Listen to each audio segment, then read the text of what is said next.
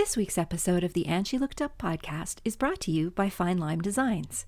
If the name sounds familiar, that's because it's my design business and the work I do there helps make this podcast possible.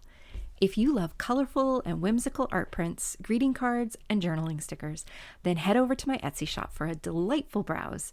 Just search for Fine Lime, like the fruit, designs, all one word, on Etsy, or click the link in the show notes. And now, on with this week's episode.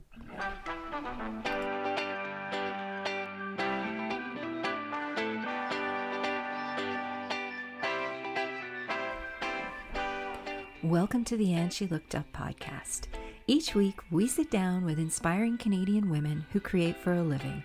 We talk about their creative journeys and their best business tips, as well as the creative and business mindset issues all creative entrepreneurs struggle with. I'm your host, Melissa Hartfield, and after leaving a 20-year career in corporate retail, I've been happily self-employed for 12 years. I'm a graphic designer, an illustrator, and a multi-six-figure-a-year entrepreneur in the digital content space. This podcast is for the artists, the makers, and the creatives who want to find a way to make a living doing what they love.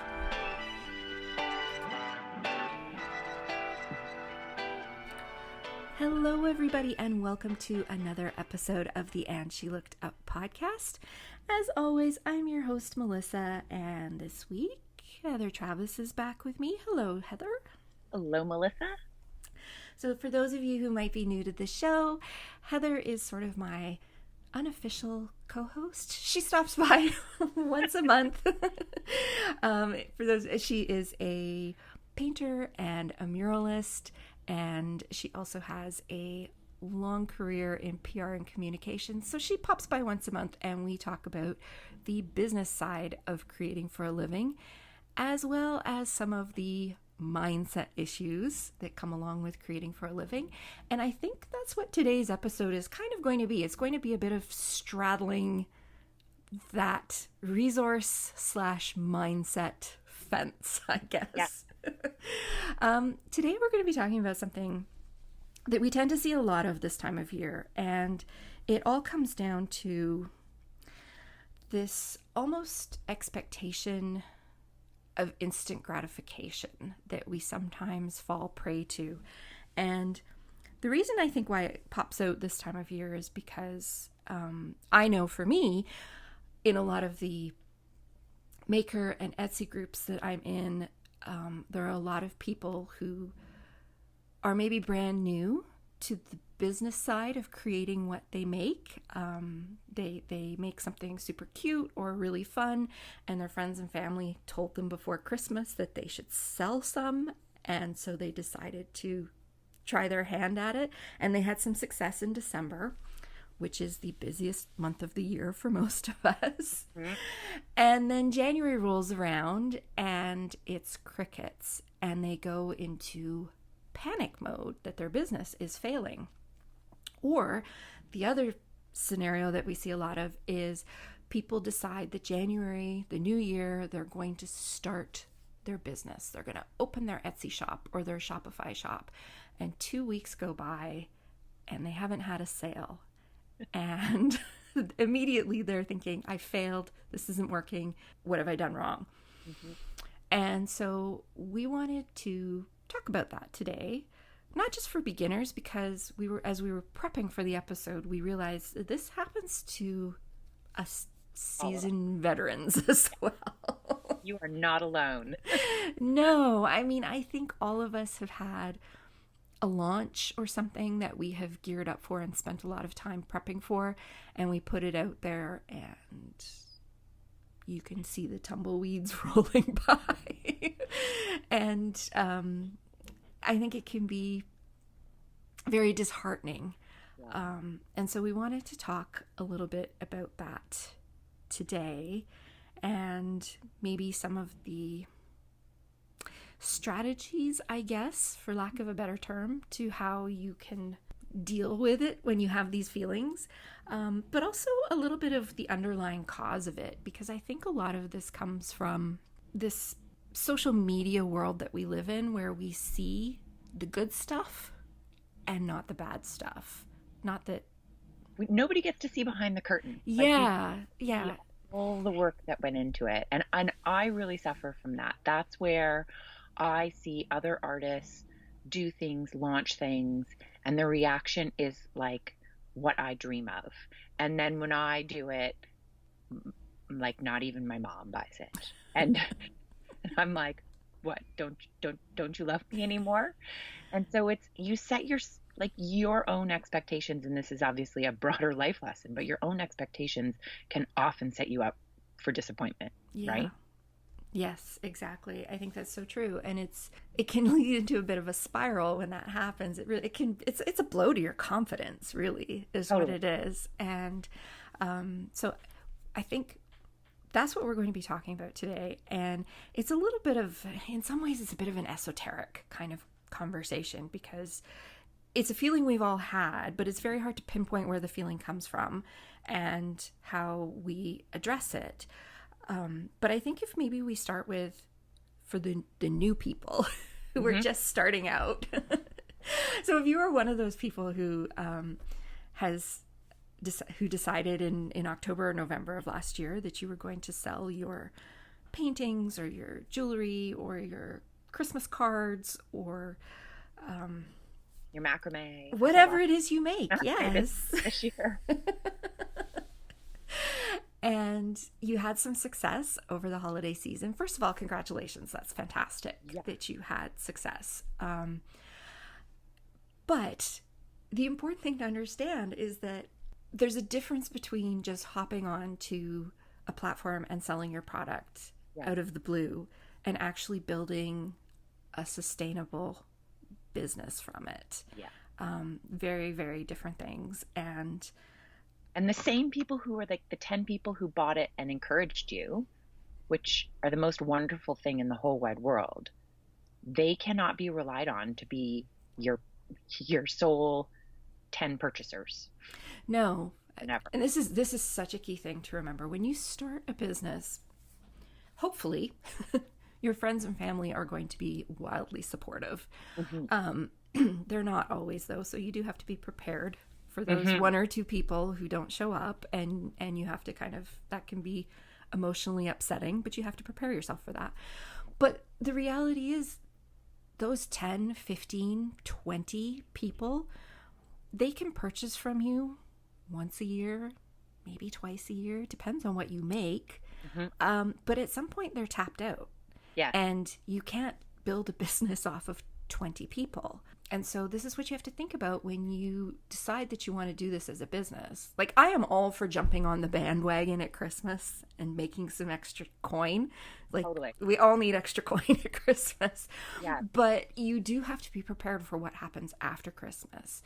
And I think it's so important to understand that Christmas is the busiest selling season of the year for the vast majority of businesses. So what happens after Christmas? And that comes down to something Heather and I talk about all the time on this podcast, and that is research. If people said it didn't work there, that would have been really funny, but research. Yes, your research. And the same goes for if you're starting a new business in January. This is when so many people start a business because it's, it makes sense in your head when you're thinking about it. It's a new year. I'm going to start this new thing and I can't wait. And you're super pumped up and you open your Etsy shop or your Shopify shop or wherever it is that you're going to sell. Maybe it's on Instagram and it's absolute crickets. Like, nobody buys anything. And often that happens because starting a shop was kind of done on a whim. For lack of a better term. Yeah. And no actual research was put into figuring out what you actually need to do to make a sale. And it comes into this whole thing like, oh, if I just build it, they'll come. And that only happens in the movies. Correct. Wouldn't it be so awesome, Melissa? Like if I just painted a painting and just like, when you put free stuff on the end of your driveway and it's gone before you even realize, you're like, I didn't even get back to my house and it's gone. And who pulled up? I didn't even see them. If our art sold the way stuff just disappears from the end of the driveway, we would all be very happy people with millions of dollars, but that's not the case. One of the things you have to be prepared for is that building it doesn't mean they're going to come.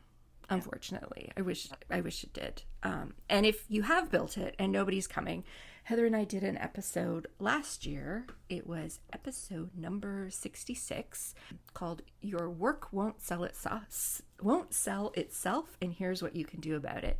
And in that episode, we give you tons of ideas on how you can market your creations and get more people than just your mom to buy them.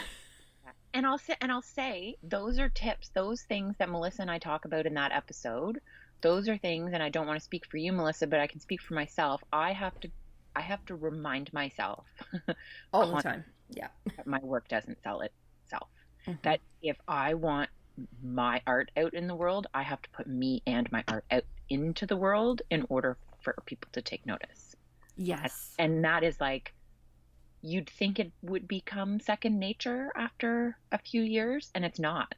No. It's like you have to constantly, I hate using the word hustle, but you really do. Like, you have to hustle at it. You have to actually put your stuff out there. Yeah, it's so true. And I've mentioned before that I'm kind of starting over in the last year and a half, and after having a successful business, and it's so humbling to be back at square one. Yeah. And just realizing that, after 10 years of having a different business that did have a built-in audience when we did something new, to suddenly go to having no built-in audience, and I can't rely on just putting stuff out there. Yeah. And having it sell. And the thing I have to remind myself about is that business that had the audience that we could launch something and somebody would buy it, it didn't start out like that. And that's what gets really hard when you're seasoned. You forget how difficult it was in the beginning. Yeah.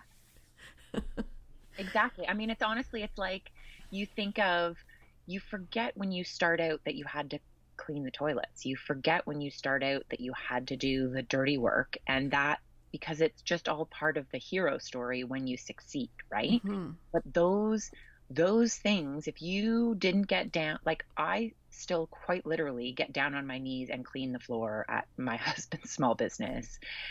If you don't get down on your knees and clean and do the dirty work, you will not see the success. You have to put in, and it's the things that you don't like doing in addition to the things that you do like doing that are going to make you succeed. Yes, 100%. I think we've all had this feeling where we think we're just going to put something out there, or we're going to try something. And I don't even think it's just about putting something out there. It's like when you try a new technique, Mm-hmm. And you decide that I'm going to, like, I don't know, I've been working on drawing mandalas lately. Mm-hmm. And it's not new to me, but it's the first time that I've put concentrated effort into learning it. Yep. And it was really difficult the first few weeks because I just was like, like, why am I not getting this? Mm-hmm. And because I wanted, I just, you sit down in the chair and you draw a few and you think, oh, I should just, they should be good enough to sell. Yeah. And they're not. They're not. And it's really frustrating because I think too, this comes from a bit of a mindset. If you're somebody who has excelled in certain aspects of your life, always, it's so frustrating when you try something new and it doesn't come easily. And this could be academics, it could be sports, it could be art, it could be whatever it is that is your zone of genius, I guess. Yeah. And so it's frustrating. It's super frustrating. Yeah. Oh yeah. And particularly as an artist, right? When you try new things, and it's one thing to be frustrated with yourself, like, this mandala is not good enough to sell. This is not something I want to put out into the world. But when it is something that you're like, this is awesome, I am going to put this out in the world. And then you put it out there, and like, you have, your work doesn't sell itself. You've done the work to get the work out into the world. And then it still doesn't sell or doesn't have the reception that you thought it would get, anticipated it getting, like how do you come back from that? And how do you reframe it? And what are some strategies, I guess, to, well, can we talk about my popsicle example? Can we talk about? Yes, of Yeah. course. So this is an example Melissa and I had covered when we were sort of prepping for this episode, which is I, as an experiment, I launched a collection of seasonal smalls. Most of my artwork is very, very large scale. And to get entry and to have people purchasing smaller items with a smaller dollar value, I decided I would launch some seasonal smalls. They got some pretty good reception. And then I worked on a collection for the summertime that everybody was like, oh my God, those are so awesome. So I made more than I normally would have. And I did not sell more than I normally would have. In fact, I didn't even sell as many as I had in previous small releases. And initially I was a little disappointed. And then I thought, no, no, no, no. These are still really cute things. I'm not discounting them. Like I'm not, and I think that's an immediate gut reaction is to lower the price. Yes. And Yes, I, it and is. I really strongly, strongly, strongly discourage people from doing that because it's you are devaluing your work right then and there. You're saying, oh, okay, you didn't want it for $100. Would you buy it for 50? And then that act of desperation to me is like just all over the piece of artwork, right? So I took the tack that once I was done selling those, like the opportunity for people to buy them, I should say, I took them off my website, made them no longer a product people could purchase. And then I have been using them as prizing. And so while technically I'm giving them away for free, it's a prize worth X amount of dollars. And the reception that people get is amazing. Almost like I think they're even happier anyway to receive it. And it to me, I was able to turn something that was a flop into something that worked for my business to help me promote my business, connect with my audience, and build my brand. But I didn't devalue my work. And nobody's like, oh, there's the discounted collection of spring stuff that didn't sell, Yeah. right? Yeah. Um, And so I think, that was for me a good lesson in don't just automatically like slap a sales sticker on it to clear it out. yes. And I Yeah. think this is something that happens really frequently, particularly when you're first starting out and you don't have any sales. You know, you Yeah. start that Etsy shop and you haven't sold a thing, and your first instinct is, well, I'll run a sale. Yeah. I'll discount them. My prices are too high. And then you start looking around at other people selling the same thing on Etsy, and you start to think, "Oh my gosh, they're selling it for half the price, and they get free shipping." And well, I have to do that. That's the only way I can compete. And so you start. It becomes like a panic cycle. Yeah. And I think this is one of the key points out of all of this. Like, first of all, I think we just all have to agree. We have to stop expecting instant results. Yeah. It's just not the way the world works. Correct. It happens occasionally, but it's so rare that you can't build a business or build your skill set or your career thinking that everything is just going to magically happen the minute you attempt it. You know, I do believe in manifestation to an extent, Hmm. but you can't build your business Totally. on hoping to manifest something when you need it. It rarely happens. You know what's really funny? This year, for the first time ever, I did a vision board. Mm-hmm. I've never done a vision board. I write down goals, sure, fine, whatever. But I've never done a vision board, and I did it because I have so much clutter in my studio that having like a tic tac board up with more shit on it is just like, I would just want to clean it and recycle it. Like it would upset me. Anyway, one of my favorite Instagram accounts is a Canadian cleaning company called Go Clean Co. And Sarah, the owner, posted that she creates her vision board as her lock screen on her telephone. And That's a oh good my God, idea. that's exactly what I'm going to do. And so I made my vision board as my lock screen. And what's interesting about that, it's not the looking at it, right? We all know that. It's not the looking at the manifestations. It's the reminder that I actually need to get some stuff done in Mm-hmm. order for this to happen. Yes. Yes. Yeah.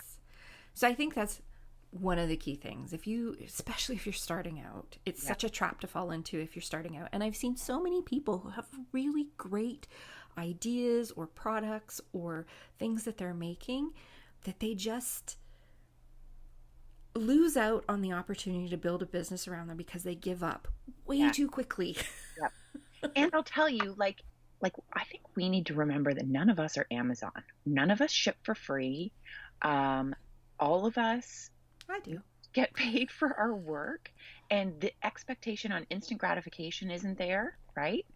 Yes. And yeah, We should get into this a little bit later, but the instant gratification that Amazon has trained customers to yeah, expect is another issue. So, we live in this world where we reinforce that whole instant gratification thing everywhere. It's reinforced everywhere. Want to watch an entire series, but you don't want to wait for the next episode? You stream it on Netflix, or because we've been trained to just expect, I want it, it's going to be there. You know what? I need dish detergent. I can just order it on Amazon. Somebody will deliver it to my door within 24 hours. and creation is so quite literally the opposite of that. Yes. And so I think we need to remind our customers, but also remind ourselves. I think the expectation on ourselves to crank out stuff and Mm-hmm. have seasonal launches and doing, if that's your business model, then that's your business model, but it doesn't have to be your business model. No, I mean, I do kind of a hybrid of a Yeah, seasonal exactly. launch model thing, and there's a place for it, but it's a business model, like you Yeah, said, and that's what you have to think about is like, yeah, this is my business. yeah, How am I going to run it? And I think this is one of the things, whether you're starting out or whether you're seasoned, is you have to sit yourself down. If you find yourself in these frustrating and disappointing situations, which we all do, you have to sit yourself down and ask yourself, who am I comparing myself to? yeah, Like, if you're comparing yourself to somebody on Etsy, let's say you're like me and you make greeting cards from your artwork, and you're comparing yourself to this huge Instagram account that also makes greeting cards from their artwork, and they've got 100,000 followers and you've got 1,000.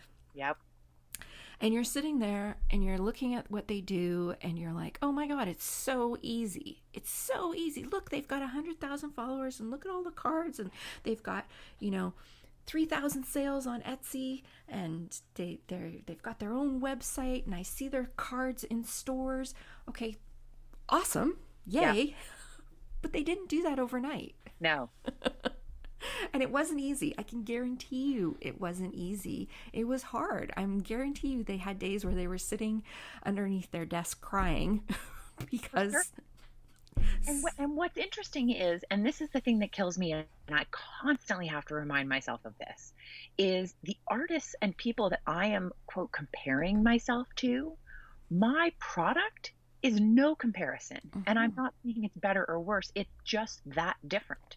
And if you are looking at somebody who is making the exact same stuff as you and comparing yourself to them, I would in fact say it's not the comparison. It's like, why are you making something that's the same as everybody else? Right? Right?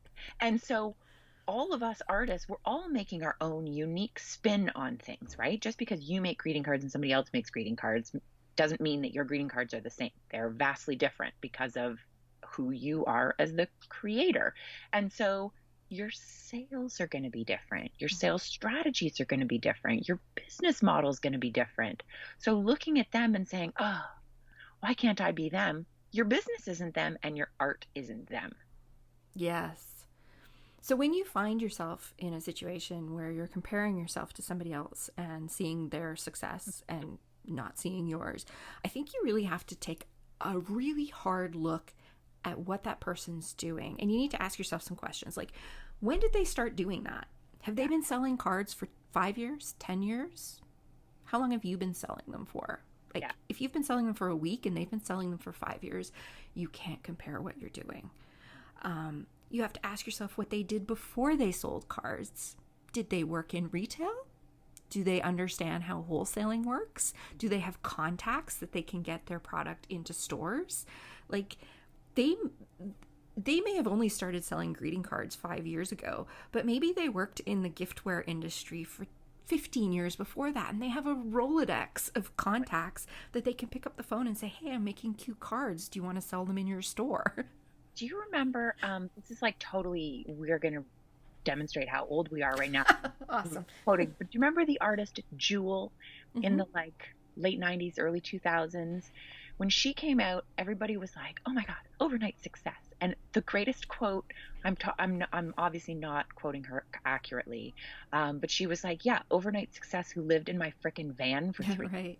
Like, art is a tricky business, but I think one of the key things, and I think for me, I need to constantly remind myself, one, I can't compare myself to anybody else, but two, once I set a price, that's the price. And unless I discount it because of loyalty promotions or other things, but I do not want a discount to be the motivator for purchasing. And that, I think holding myself to that has helped me manage my disappointment. That's a good way to put it. Manage your disappointment. Yeah. Yes. And you can discount. Like there is a sound business strategy for discounting, but again, it's going to depend on what you do, and your business model. And I think you've mentioned business model a couple of times, and I think that's a really key point to mention. There's very different business models that you can use as a creative or a maker. I mean, there's a few businesses that I follow locally who make t-shirts and tumblers and mugs and that kind of product, right? I think we're all familiar with it. There's a lot of people who do that, and they churn out so many different designs. It's a business model that is based on what is trendy now in popular culture, right? So they're constantly creating new designs, new slogans based on whatever's hot and cool. And it's a very specific type of business model. You have to be prepared to churn out a lot of new designs. You have to be prepared to move your inventory quickly. It's just a different type of business model. And for what I do, greeting cards fall into this category, particularly on Etsy. And I can go onto Etsy and search Mother's Day card, let's say. And a ton of cards are going to come up on the first page that are going to fall into that category of cards that are made to appeal to the current pop culture climate. Yeah. Okay? And that's not what my work falls into. Yeah. And there's days where I get super frustrated because it's like, I could churn that stuff out if I wanted to. And that's easy for me to say. It's harder to do. So I have to remind myself that you could. It would be a lot of hard work though. But it's so tempting sometimes because you see the success that they're having. They're on the first page on Etsy, right? And you want to just say, well, screw it. That's what I'm going to do. I'm going to completely change who I am to try and sell instantly. And I have to keep reminding myself constantly that that's not what would make me happy in the long run. It's not the kind of business I personally want to run. I enjoy the art that I create, and I know it's not for everyone. I know that in my core. I want it to be for everyone, but it's just not. And thank goodness for it, because I would have to say, if everybody, like, I feel special because I like your art. Do you know what I mean? Like, well, I think that's it, right? It's my little group of people who love what I do. I love them. And that's exactly it. And it'll get bigger, right? But that your group and somebody else's group, there can be, you know, the Venn diagram of where those two groups meet. But as you were talking, funny enough, you know, gosh, another old reference, but that movie, great movie, Can't Buy Me Love.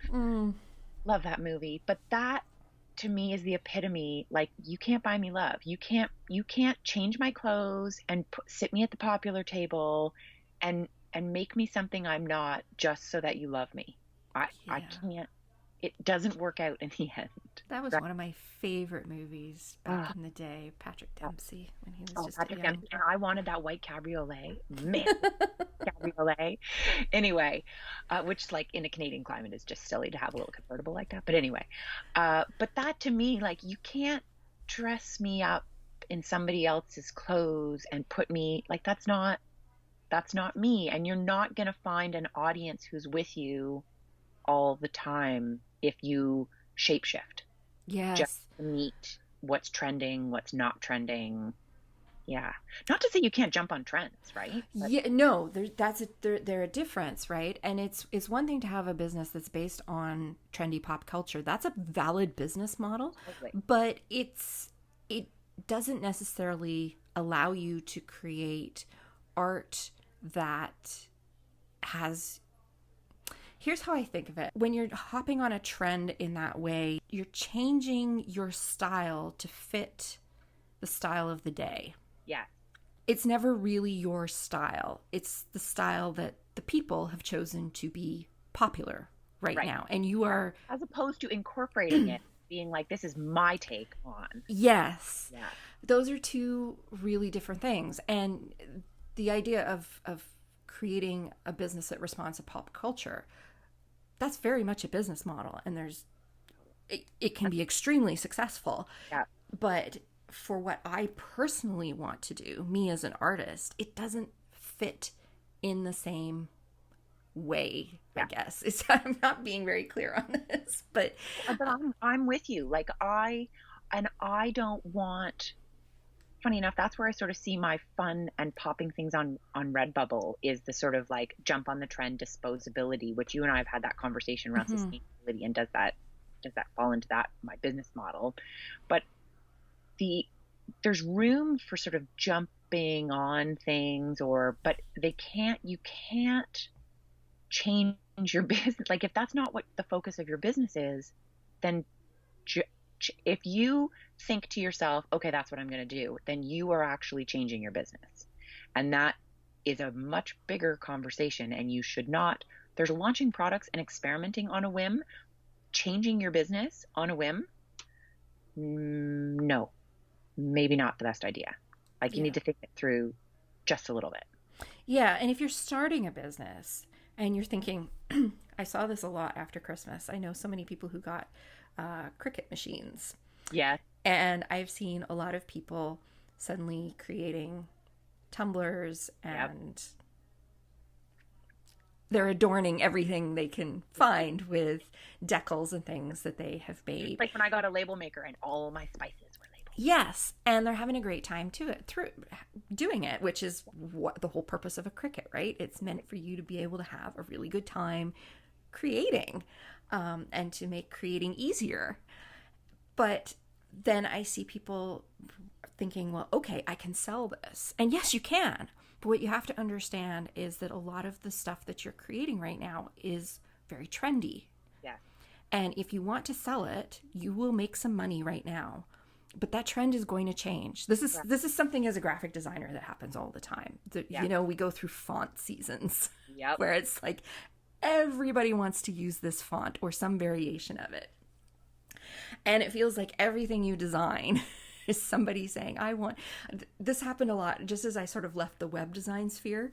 And this is part of the reason I left the web design sphere. Everybody wanted the scripty calligraphy style font in their logo. Yep. Everyone. And it was too much, because trying to explain to a client, this, I can make you a scripty style font logo and it will look really pretty. And I guarantee you, in 2 years max, you're going to hate it, because the trend is going to die. Yep. And that's not how you brand your business. You don't brand your business on based on a trend, Yep. right? Because this logo has to stay with you for years, Yep. or a variation on it has to stay with you on years. That's how you build the brand. It's that your brand can't be constantly changing, No. because then it's not standing for who you are. Exactly it. It can evolve, but it can't just you can't walk into the change room and come out and be like, boom, I'm emo now.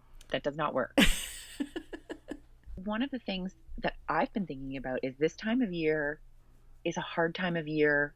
I think, you get the after Christmas rush. And I think you and I were discussing this earlier. You and I both know that this is the slow time of year, right? Yeah. After Christmas, there's like that slow, unless you are selling health equipment or smoothies or something to make the new year, new you happen. Uh, it's not going to sell. Like people have credit card bills coming in. So I try to manage it that I'm not releasing anything at this time of year so that there is no disappointment and that this is the time when I can just focus on building stuff. Yes. So this is the thing. If you're just starting out, it's Heather and I preach about this ad nauseum on this podcast. You need to do your research. Like this to me is just obvious. This is the obvious first step. You need to do your research. And if you do even minimal research into selling something that you've created, you will discover that for the vast majority of us, our busy season is October through December, and our slow season is January. And if you're going to start a business, you need to know that. You need to understand, particularly if you're going to start a business on January 1st. Right? Like, you need to understand that people are tapped out. Unless you are selling something very specific that fits into, as Heather said, the new me, new year kind of thing. I actually had my best month ever on Etsy in January because I sell greeting cards and people buy if you're purchasing on Etsy, you're going to buy your Valentine's cards in January because you know that you're not going to get 24-hour shipping. Yep. So I had my best month ever this January. And this was another little bit of a lesson for me. I have always struggled with Etsy, getting seen on Etsy because what I make doesn't fit in to what's trending. And it's always a struggle for me to rise to the top on Etsy search. And what got me my best month ever was this one particular Valentine's Day card that I made. It's a little cute mushroom illustration of a mommy mushroom looking down at her little baby mushroom. And I put it up on Etsy. The tags that I used were around Valentine's Day cards for kids. And it rose to the front page of Etsy very quickly because it was it wasn't the number one item on the page, but everything that surrounded it was Valentine's cards for kids to give to their friends. Mine was the only Valentine's card for a parent to give to a child. Right. And so people saw it and they're like, yeah, that's the card I need. I'm looking for a card to give my kid, not for my kids to give their friends. And so I sold a ton of them. And it was a really interesting lesson for me because, first of all, it was a little insight into the inner workings of Etsy and how people search. Yes. But it also proved to me that if my work gets in front of people, it does sell. Exactly. Like that was the thing I was really starting to question is like, no, nobody likes my stuff. And it wasn't that nobody likes my stuff. I just wasn't getting it in front of the right people.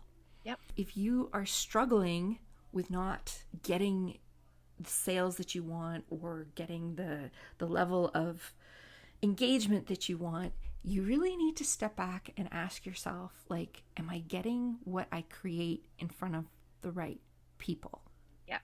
That's one of my business goals for this year is I need more eyeballs on my art. And so I'm hustling hard in social media, but two of the strategies that I want to employ, and I'm like, they're on my vision board. I see it every time I open my phone, and I've been making lists in my to-do book, but I need to do some media relations. I need to get, style at home and host at home, and I need to get on their radar so that they can, and these are steps that I'm taking to get more eyeballs on my stuff. And there's lots of different strategies that different people can take for different businesses, and it all depends on different budgets and lots of different things. But if you are confident in your stuff, and I think your card is such a brilliant example, Melissa, because it wasn't like everybody else's.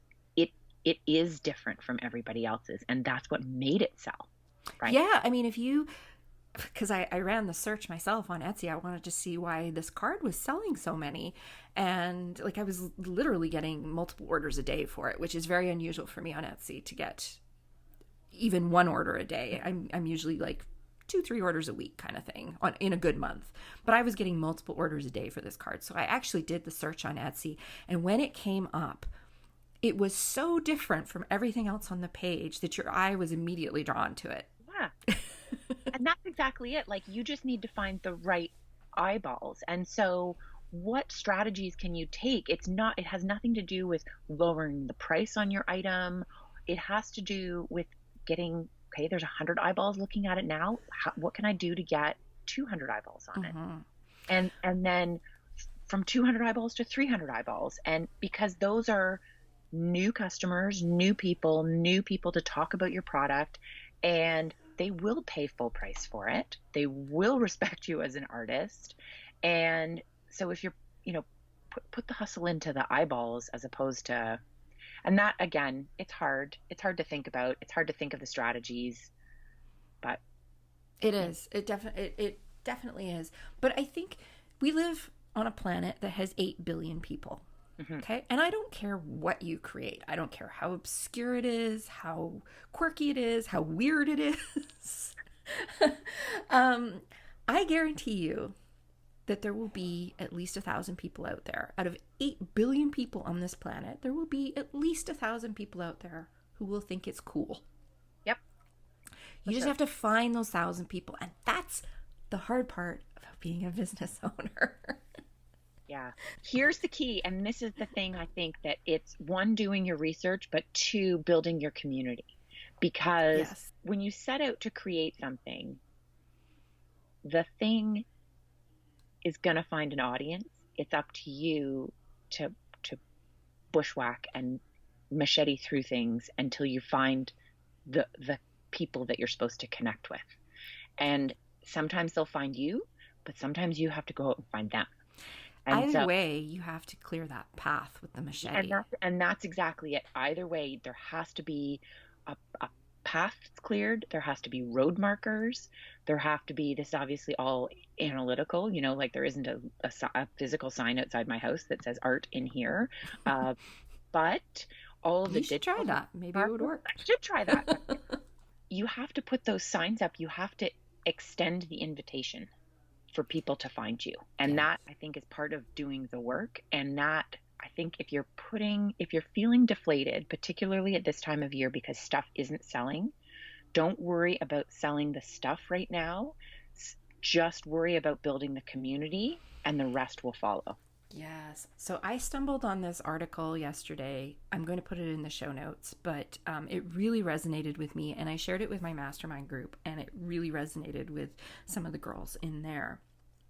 And the article was on how Olympic athletes achieve their success and why setting goals doesn't work in the way that we think it works. And I was like, okay, I got to read this, right? You see that headline and you have to read it. And they focused on one particular athlete who, her best sport, she's an American athlete. Her best sport was the 800 meter sprint. And that's what she was hoping to make the Olympic team based on her time. Anyway, in the race, one of the other runners fell, and that led to her falling or stumbling, which led to her finishing out of the top 3, which is where she needed to finish to make the Olympic team. And the point of the article was that, she could have just been like, oh, well, I didn't make it. I'm not going to the Olympics. That's it. Right. Yeah. But no, she had another race, a 1,500 meter race, and another opportunity to make the Olympic team there, although her chances were not as good. And so she was interviewed afterwards, and, you didn't make it 800 meter. And she's like, that's okay. I don't have time to think about that right now. I need to focus on the next steps because I have another race to run. And that was what the point of the article was trying to illustrate, is that the reason people who are very successful, whether they're athletes, artists, business people, isn't because they're focused on the long-term goal. Because often what happens when you hit that big long-term goal, you actually have this moment of afterwards of kind of like almost like depression, you know? You hit the goal and it's like, okay, well now what? Yeah. Right? Because you have that after their wedding day. Yeah, well, a wedding is a classic example. You spend all this time prepping for this amazing day, and you have the amazing day, and then all of a sudden, real life comes crashing back to normal. And it's like, well, what do we do now? We had the wedding. Exactly. What now? Crap. So that's kind of what and what they were saying is that leads to setting an even bigger goal and an even bigger goal, to the point where you become so goal focused that you wind up burnt out, and it's actually really bad for your mental health. And what they were trying to show is that with Olympic athletes, the reason they're so successful is because they're not focused on the goal. They're focused on the process. Yeah. And it comes down to every day, like they're not thinking about winning that gold medal, although I'm sure they are to a point, but they're thinking about, what do I need to eat today to make sure that I'm fueled properly? How, did I get the sleep that I need to have? Did I do the training that I need to do? They're so micro-focused. They're focused on the process. And it's the process that they fall in love with. And it's the process that's rewarding. Mm-hmm. And I think there's so much to be learned from that. Totally. Because let's take the wedding as an example, because I think that's one a lot of people can relate to, although I've never been married, so I can't necessarily speak to it. But the process should be thinking about how to improve your marriage just a little bit every single day. That's the process. Because at the end of your life, you want to be able to look back and know that the person you chose to spend it with, the two of you had the best possible life you could have together, because your process was working on making it the best possible life. Funny enough, as you're talking about it, I'm thinking, and you introduced me to that wave analogy quite a few years ago, but I constantly think about that in terms of creativity coming in waves and waiting and being on that surfboard. That was thanks to David Duchemin, just for those wondering. I didn't come up with it myself. Exactly. But that to me, like the Olympic athlete, if you the first wave comes and you miss it, or you weren't set up properly, like if you just sat on your board and cried, I missed the wave, oh no, it's done, I'm done, you're not going to be ready for the next wave. And the next wave is coming. And so you need to, okay, miss the wave, move on, get ready for the next one. What's in my prep? How do I check? And it's exactly as you said, like sometimes the waves come fast and furious, and sometimes they're slow, but they will come. And all the things that you do mentally and with your business in the meantime, in the waiting time, that is actually probably even more important than what happens. The process of running a business. For sure. And but I loved watching cheer, because I nationally ranked competitive figure skater for most of my, like up until I was 21. And I skated on a team with 24 other women. And it was flipping. It was just an awesome experience. I loved figure skating. But one of the things that our coaches had us do regularly was visualize the success. So picture going through your routine and doing it without making any mistakes, and then go out and do the routine without making any mistakes. And it's like that muscle memory. We only competed every once in a while, but we practiced to compete constantly. So cheer is, I don't know that they demonstrated it as well in season 2, but in season 1, they did a really good job of showing this. And the whole goal of the season is Daytona Beach, and performing the routine flawlessly when it counts, right? But if you watch the show, they talk a lot about how many full outs they're going to perform. Yeah. Okay, but the full outs only happen when they've mastered all. Like if you watch how the routine starts out, they learn it in sections. Yep. They can't run the whole routine from the get-go because people would get hurt. Yes. We used to have for skating, it was so cool. I mean, this is again dating me, but our coach would have, so that she didn't have to like rewind and play the tape cassette for our music programming. She had cassettes for every individual section, and some sections would be 30 seconds, some sections would literally be 10 seconds, but it was the element that we were working on within that piece of the music. And so she'd be like, okay, we're doing this. And then at the end of practice, when we were just completely shattered, she would say, all right, girls, full out. And we would have to do that whole routine, 4.5 minutes from start to finish, with every single element that we had been practicing in the 2 hours leading up to that.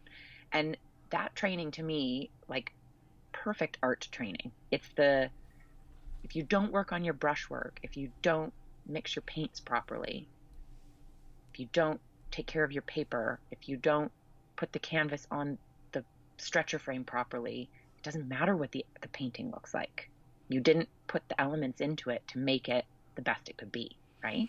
Exactly. And the same goes to building your business, right? Like, Yep. you know, a business doesn't just appear. I mean, it does. You can just put a shingle out and be like, here's my business. But you need to have all these systems in place. And sometimes it takes a while to figure out what the systems are and where you put them in place. But the point is that every single day you have to work on some element of your business to make the whole business run cohesively. It doesn't just happen. Yeah. And I thought it was super interesting that this article came out, or that I came across it yesterday, because yesterday was also the day that I decided to start the 100-day project, which I do quite frequently. I missed the first day because I wasn't on social media. I was taking a few days off. And I read the article, and because I was thinking about, like, what do I want to do this year for the 100-day project? Because usually you have a theme. Yeah. And I was kind of like, I don't know what I want to do. I don't want to do a full 100 days of Miss Doodle. I don't want to do a full 100 days of mandalas. Like, I was really struggling.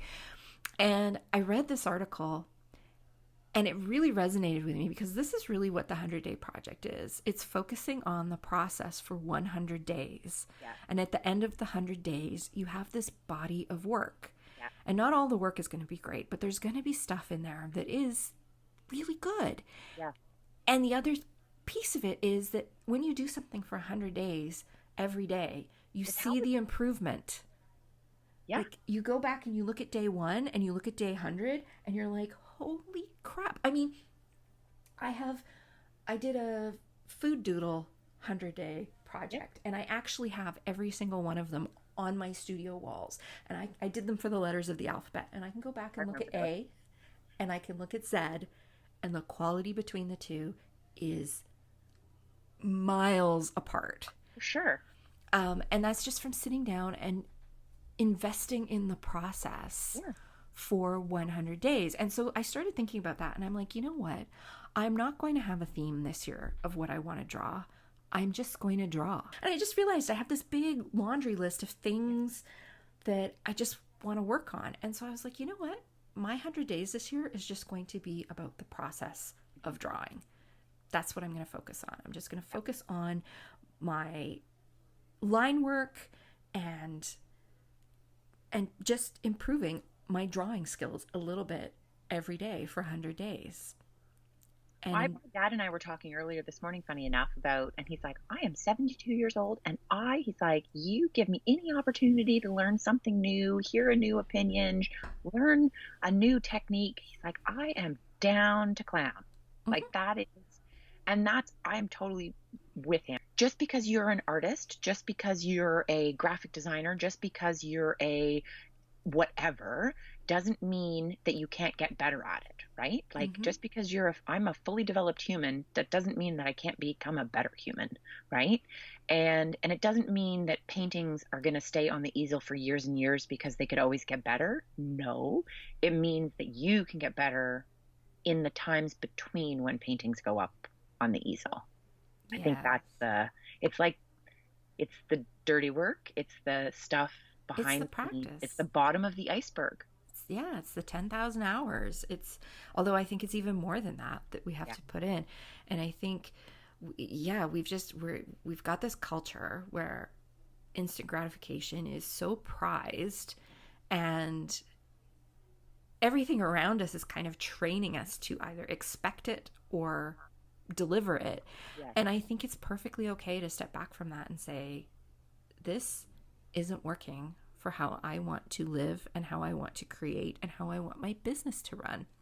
I mean, we talked about it a couple episodes ago, my fabric launch.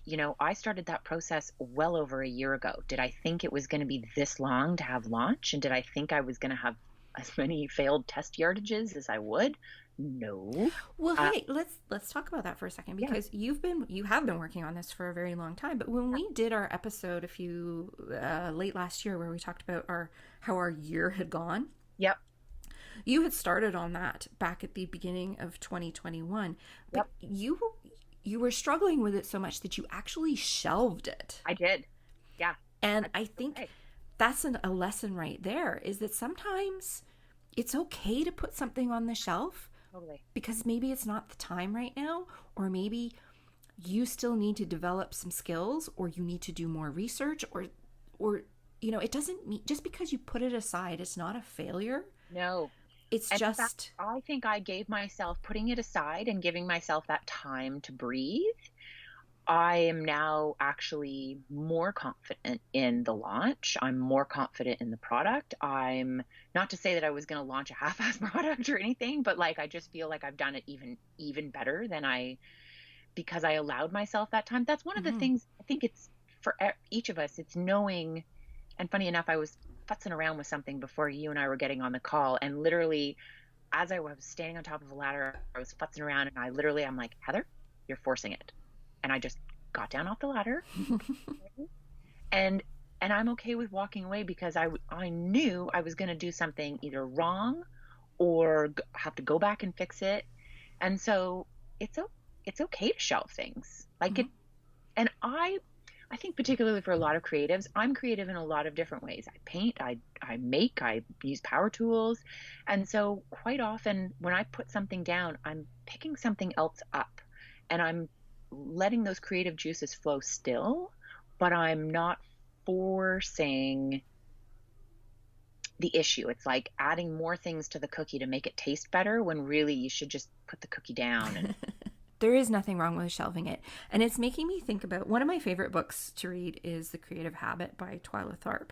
And she's a very well-renowned choreographer. She wrote this amazing book, and if you can get your hands on it, I highly recommend. In fact, I am going to do a giveaway for our 100th anniversary, for our 100th episode. And I was thinking about actually giving away copies of this book, because it's a great book. But one of the things she talks about in the book is every time she starts a new project, she gets a box, like one of those file boxes, Yeah. And that becomes the project box. And she puts things into this box, anything that might help her with her project. So it might be footage of other dances, or it might be research materials on costuming, or anything that might contribute to how she's going to approach this project.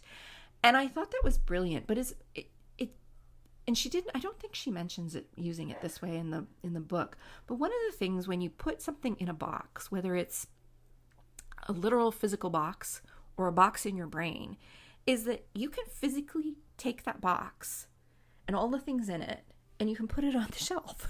Yeah. And you can just leave it there. Yep. And the cool thing when it's a physical box is you can go take that box off the shelf anytime and root around through it. And this is actually, I was just saying how I was kind of into the whole 20s and 30s fashion. This came out of, I was puttering around in the spare room in the basement, which used to be my studio before I moved it into a room with more light. And there was this huge, massive 4-inch binder on the shelf, and I pulled it out, and I knew exactly what it was when I pulled it out. It was full of plastic sleeves, and it was my tear file back in the days before Pinterest existed. And I started flipping through it, and it was just packed with stuff I had ripped out of magazines and books, anything that just appealed to me, inspired me. Sometimes it was just the color combinations I love. Sometimes it was like the intricacy of the the work or the texture, or I just like the juxtaposition of how two things were placed next to each other. And this binder is crammed. I was going to do an Instagram video flipping through it. But anyway, as I was flipping through it, I came across this picture I had ripped out of some vintage shoes from the 1920s. And I was looking at it and I was like, damn, I want to draw those. I just want to draw them. Amazing. And, I know. And I pulled it out and I sat down at my desk and I just started sketching shoes. And I sat at my desk for like maybe 2 hours sketching shoes. And the first ones were terrible and then they slowly got better. But the point of it all is that book had been sitting on the shelves in my downstairs office for like 8 or 9 years, and I hadn't even looked at it, and it was there to be pulled off the shelf and flipped through when I just needed something to look at. And there's tons of other stuff in the book that I could, but for whatever reason those shoes popped out at me, and I just knew what the next thing was going to be. The next thing is going to be shoes. My Mother's Day cards are going to be vintage shoes. That's so cool. And that, I mean, honestly, when I shelved the project, it was a deliberate shelving. Mm-hmm. But I'll tell you, unshelving or taking it off the shelf was not, it's not like I had it in my to-do list that I was like, okay, in this month, this is going to come back off the shelf. It happened very organically. Mm-hmm. And for me, most of my creative projects, I kind of have to be in the mood. It's like sex. Yes. Like jump right in, right? Like there has to be a little mental foreplay. And so for the fabrics, it literally took, and I can't even recall what it was, but it was, excuse me, it was a moment where I was like, that's it. They're coming off the shelf. And I trotted upstairs to my studio and pulled all the sample yardage off, and I opened up all my files with my designs, and I'm like, okay, where did I leave off? Where can I go from here? And it was like I was just ready to dust it off and keep going. The next wave came. The next wave showed up. Yeah, that's exactly it. And the next wave showed up, and it's like here, and it's exciting. And we've kind of wound all over the place in this episode because I think this is such a, like I said at the beginning, it's a bit of an esoteric topic. But I think really sometimes these episodes are the ones where when I listen to them after we've recorded them, I'm kind of like, you know what, we started talking about this, but really the episode was about this. Yes. And I think this is one of those situations where I think really what we're talking about here is, yes, instant gratification and comparisonitis are part of it, but I think really what it comes down to is the process of what it is we do and how there are so many different ways to approach the process. But at the end of the day, we have to stop thinking that this thing that comes into our mind, whether it's starting a business, selling glass blowing snowflakes, or it's creating a new fabric line, or whatever the case may be, that's not going to happen overnight. We have to stop thinking that just because we think it's going to happen. And we have to start focusing on the process to make it happen and enjoy the process. Totally. And I'll have to say, the key for me with the fabrics, like bringing people along and sharing my excitement of the process. Mm-hmm. I'm building in, like there's people who are following that journey who hopefully when I press play on being able to accept orders, there's people who beyond my parents are like, yes, I've been waiting for this. Mm-hmm. I have been waiting for this.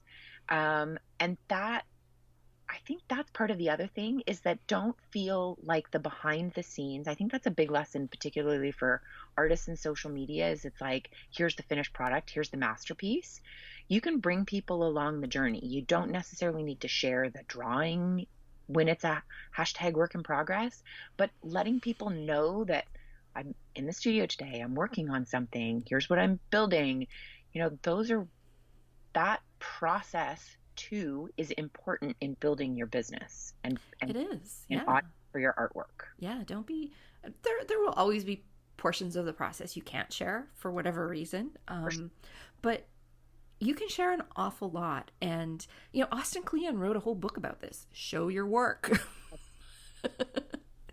Like, show the process. How Yeah. do you get to the end product? Because people are really genuinely interested in it. But I think even more than that, you really have to take pleasure in the process. Yes. And I think I mentioned earlier in the year that my word of the year this year is create, and I've committed to sitting down and creating every single day for an hour. Amazing. Something that is not for a client. So it can be just purely creating for myself, but it can also be creating for my business. It just can't be client work. Yeah. And I decided about halfway through the month of January, because I had put out a few things, like I had created a few things I was really happy with. I was like, you know what? I'm going to start keeping a list of all the things I create. And so I can look back on it at the end of the year and just be like, wow, look how much I did when I sat down for 1 hour a day. Yep. And reading this article yesterday about how athletes focus on the process to hit those big goals. And I was thinking about the 100-day project, and it all came down to the fact, like, I love doing the 100-day project. There's a reason I've done it for so many years. It's because I just really enjoy that process of sitting down and drawing every day. It brings me joy. And that's one of the reasons why I have to force myself to do it, because I feel guilty when I'm experiencing that joy of creating, because I feel like I should be doing something more productive. I know. It's funny. Whenever I paint a mural in my house, or I do something just purely for me that's creative, when people are like, "Are you selling that?" Part of me is like, I could sell it. I could, yes. Give cash money for it. And then I'm like, no, Heather, you bought that table for yourself. You painted it for yourself. It's yours. Keep it. You're allowed to do that. Yeah. And it's very hard when you have an entrepreneurial brain, which I do, because I am constantly seeing ways that I or other people could make money. It's like, oh, that's interesting. That could be a business. Oh, that's interesting. That could be a business.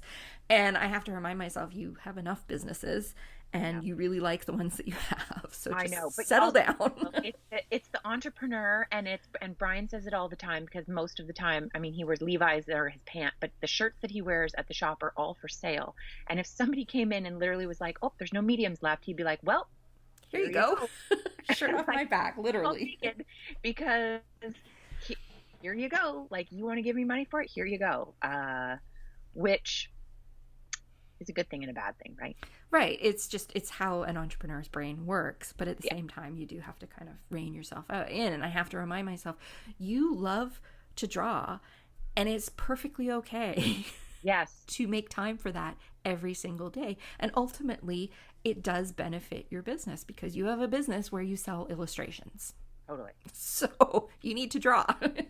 That's exactly it. And it's funny, I need to play. I've been playing with some new paints. I'm trying out some new paints and trying out paintings. And anyway, it's so fun to experiment. And literally, I'm like, I have no idea where this is going to go. Not that I used to do with paintings anyway, but it's fun to just play. And that's, I think, the reason most of us are creative and artists is because play is what gets us off. And like, so why are you putting it into the little box of, now I'm only going to play here, right? Like, play should be part of the continuing process. Yes. So the first question I ask every guest who comes on this show is, did you consider yourself creative as a kid? And there's a reason I ask that question. It's because all kids are creative. Yes. They all are. Kids are naturally creative. They sit down and they create all damn day. Whether they're drawing things, whether they're, like, you sit there and you watch a kid completely absorbed in drawing something on a piece of paper. And usually they're not just drawing on the paper. They're humming a song that they've made up, or they're singing a song, or they're streaming words together, or whatever, or they're talking to themselves. Like, they're so absorbed in whatever it is they're doing, skiing down a mountain, wearing a dinosaur suit as they snowboard, whatever. But they're talking themselves through the whole process, or they're singing a little song about it that they make up. Because this is what we did as kids. I still do it. Yes. I still do it. I talk myself through so many different things. And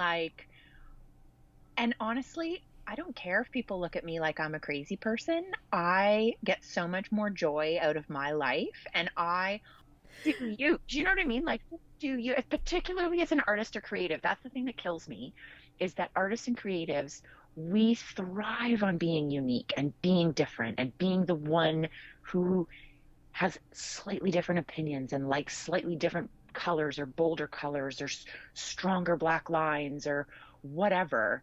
And then all of a sudden, the moment we put ourselves out there as an artist in the business world, we're like, oh, but I'm not her. No, you were never her. Yeah. Like, you know? Yeah, it's hard to remind yourself of when you see other people making money Yes. and you're not. And that I think is the hardest. It is. And this is where it gets, I've always said creating is one thing, creating for a living is a whole other ball game. And it's very different. But when you create for a living, you have to remind yourself that underneath it all, you have a love of creating. Yeah. That's why you're creating for a living. And it's so important to almost cherish that whole process of creating and remind yourself that it's crucial for who you are, and it's okay to make time for it every day, and it's okay to enjoy the process. Totally. You know, I hate doing the accounting side of business, like Yes. all that stuff, numbers and all the admin crap. I hate it. I don't enjoy doing it. And to me, that has always kind of felt like that's what being in business is about. It's about Yeah. doing all the numbers and the stuff. And you know what? That's definitely part of it. You can't ignore your taxes or Yeah, your... boy, I'll tell you, keeping up on like artwork and pushing myself art creatively is much harder than doing the books. And I flip and hate the books. Yes, and I think the reason is because there's a lot of guilt that surrounds Yeah. the creation process, because Yeah. we feel like I am enjoying this too much. I should be going and doing that admin stuff, because that's Yeah. what's running this business is all about, right? Like that's kind of the internal dialogue you have where, yeah, it's part of running a business, but as I said before, I run an illustration business and a graphic design business. At the end of the day, I have to create. Yes. And it's okay for me to enjoy it. Yes, and truly, it's funny. I got the question quite frequently when I first started selling my art publicly was, "Wow, have you always painted?" And yeah, like it's not like I just decided to be an artist. Well, I'm going to paint something and now people are going to buy it. Like I've always, and any creative, we've always been a creative in some way, shape, or form, and we always will be. Like whether I shut down my website tomorrow and stop selling to anybody, I'm still going to paint my house. I'm still going to paint paintings for my house, and I'm going to do murals, and I'm going to refinish projects. And now that I know how to make my own fabrics, I'm going to make my own fabrics, and all for me. Yeah, y'all, I've known Heather a long time, long before she started selling her paintings, and she's always been painting walls in her house. Exactly. Like there's nothing has changed. The only thing that's changed is that I added a business element to it, which Yes. changes things of course it changes things, but it shouldn't change your desire, your passion. And if your product is something that you would not make if you were not selling it, then I would actually say, why are you doing it? This is the thing. Every single thing that I make is something I would buy. Exactly. I create them for me and the people who like, and the reason I create them is because nobody else was making them. Exactly. So and all my businesses, like not just my illustration business, but all my businesses have come out of that. I couldn't find the thing that I wanted, so I made it. So I made it. Exactly. Yeah. And that's, I think, all entrepreneurs. I couldn't find the business that served this need. I couldn't find whatever. So I built it myself. And that's why we're all here. It's the creative that we need to remind ourselves to be. And I think, this time of year, I think is hard for so many different reasons, but I think to remind yourself of the reason you love doing what you're doing and remind yourself of that passion, that's obviously easier said than done if you have no money to pay, if your kids can't eat, if you don't have a roof over your head or hot water coming in, it's a very different place than, still having your bills paid, of course. But if you can afford yourself, and that's to Melissa's point at the beginning of the episode, if you know that this time of year is going to come around, then you can budget business wise that this is the time you can invest in doing other things, but you're going to have your bills covered. For sure. And that comes with experience. Every business is a little different in how it ebbs and flows. But once you've done this for a year or two, you know when your slower periods are. And they're very panic inducing the first couple of years. But after a while, you're just like, you know what? This happens every year. Yeah. And you start to plan for it. You budget for it, first of all, so that you can pay those bills. But you also start to plan for it in terms of like, oh, you know what? That 2-month stretch in the summer when nobody's around, that's when I'm going to relaunch my website.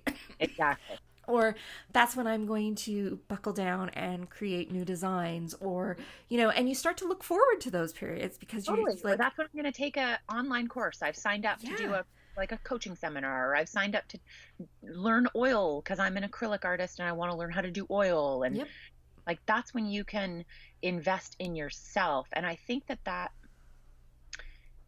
particularly as a business owner, as an artist, you have to remind yourself that in order for the business to thrive, you have to thrive first and foremost. And we talk about it with self-care, but like, if you don't take care of yourself, you can't take care of anybody else. So if you don't fulfill your artistic needs, you won't be able to then deliver art that people are going to want to buy. That's another thing you can take away from Olympic athletes. Like, an Olympic athlete knows that they have to take care of their physical and mental well-being or there's no gold medal. Yeah.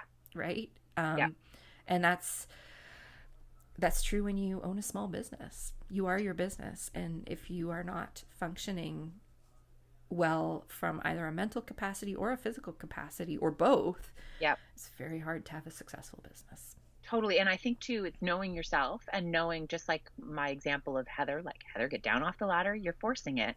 There's days where I'm just not on social media because I'm not going to be all happy dappy Heather. And that's not going to contribute positively to what I want to put out into the world. So I'll just get down off the ladder and do something else.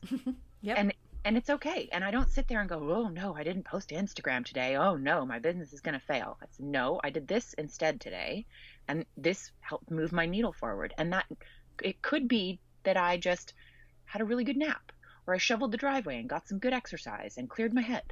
Like, those could be the things that help move your business forward. And I think that that's the key, is that you can shelve things, you can rearrange your priorities. It's just remembering that there's still priorities. Like,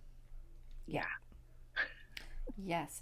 So I hope you all enjoyed this meandering episode. Wandering journey through this. I think we knew what we wanted to talk about today, but I think it took us a little while to kind of get to a point where we could articulate it, because it's something we've just seen a lot of, particularly over the last 5 or 6 weeks, as people just start to become really frustrated with where things are going for themselves. And this happens every year. We see it every year. And it does. It comes down to, stop comparing yourself to what others are doing. It doesn't mean you can't look at what others are doing, but stop comparing their journey to yours, because they're not the same. And stop expecting, break free of this instant gratification mode that we have all been trained to be in. It's not helpful for anyone. No.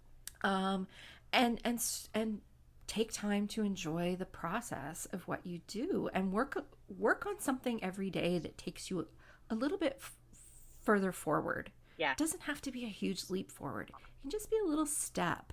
And you'll realize after many, many little tiny steps that you've walked a long ways. Yeah. Yeah. So, So thank you, Heather, for being here, having this chat today. Thank you. For those of you who would like to find Heather online, she's most active, I believe, on Instagram these days. You bet. I am at Heather Travis. There we go. Yep. Very straightforward. Very straightforward. It's me. All right, everybody. I think that's it for this week. We'll be back next week with another new episode, and we will talk to you all then. Thanks, everyone. Bye. Thank you so much for joining us for the And She Looked Up Creative Hour. If you're looking for links or resources mentioned in this episode, you can find detailed show notes on our website at andshelookedup.com. While you're there, be sure to sign up for our newsletter for more business tips, profiles of inspiring Canadian creative women, and so much more. If you enjoyed this episode, please be sure to subscribe to the show via your podcast app of choice so you never miss an episode. We always love to hear from you, so we'd love it if you'd leave us a review through iTunes or Apple Podcasts. Drop us a note via our website at andshелookedup.com or come say hi on Instagram at andshелookedup. Thanks for listening, and we'll see you next week.